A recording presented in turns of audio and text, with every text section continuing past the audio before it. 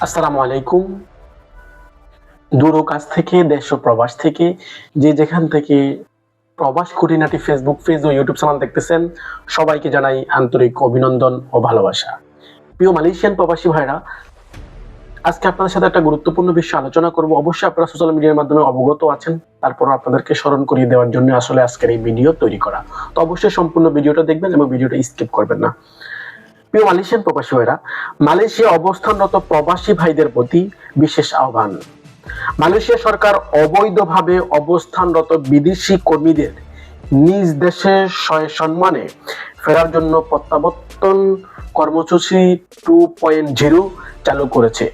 তার সময়সীমা কিন্তু চলতি মাসের 30শে এপ্রিল শেষ হতে যাচ্ছে। আপনারা যারা বর্তমানে মালয়েশিয়াতে অবৈধ আছেন, আপনারা সবাই কিন্তু অবগত আছেন যে মালয়েশিয়াতে সাধারণ ক্ষমা চলছে, আর এই সাধারণ ক্ষমার কিন্তু শেষ সময় বর্তমান এই রানিং মাসের 30 তারিখেই শেষ।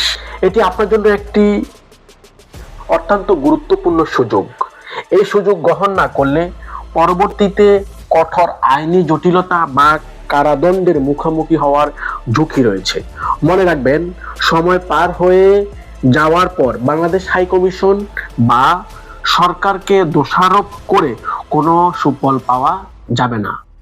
যারা এই সুযোগ গ্রহণ করবেন না, পরবর্তীতে কিন্তু বিভিন্ন জটিলতার মধ্যে বা আইনি জটিলতার মাধ্যমে পড়তে হবে এবং সমস্যার সম্মুখীন হতে পারেন। তখন কিন্তু মালয়েশিয়া অবস্থা বাংলাদেশ হাই কমিশন এবং সরকারকে দোষারোপ করলে কিন্তু কোনো কাজে আসবে না বা কোনো সুফল আসবে পাওয়া যাবে না। তাই আইনি জটিলতা এড়িয়ে নিরাপদে দেশে ফিরতে চাইলে এই সর্বর্ণ সুযোগটি দ্রুত কাজে লাগান। তো প্রিয় মালয়েশিয়ান প্রবাসী ভাইরা, যারা বর্তমানে মালয়েশিয়াতে অবৈধ অভিবাসী হিসাবে আপনি অবস্থান করতেছেন, আপনাদের প্রতি অতি অনুরোধ এবং আকুল আবেদন, যারা অবৈধ আছেন মালয়েশিয়াতে, দ্রুত নিজ নিজ দেশে প্রত্যাবর্তন করুন। এই মাসের 30 তারিখে কিন্তু লাস্ট সময়। তাই আমরা যারা বর্তমানে মালয়েশিয়াতে অবৈধ আছি, বাংলাদেশি প্রবাসী, তাদেরকে বলছি দ্রুত আপনি এই সুযোগটি সাদরে গ্রহণ করুন। তাহলে কিন্তু যদি আপনি এই সুযোগ গ্রহণ না করেন, পরবর্তীতে কিন্তু আপনি বিপদের সম্মুখীন হতে পারেন এবং সমস্যার সম্মুখীন হতে পারেন।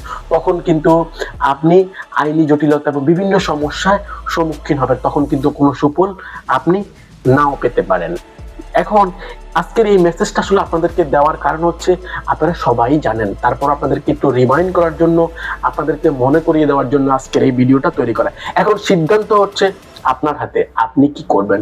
আপনি নিজ দেশে প্রত্যাবর্তন করবেন না এখানে অনিরাপদ জীবন যাপন করবেন মালয়েশিয়াতে? তো ভালো থাকবেন, সুস্থ থাকবেন। আবারও দেখা হবে অন্য কোনো ভিডিওতে। এই পর্যন্ত আমাদের সাথেই থাকুন। আসসালামু আলাইকুম ওয়া রাহমাতুল্লাহি ওয়া বারাকাতুহু।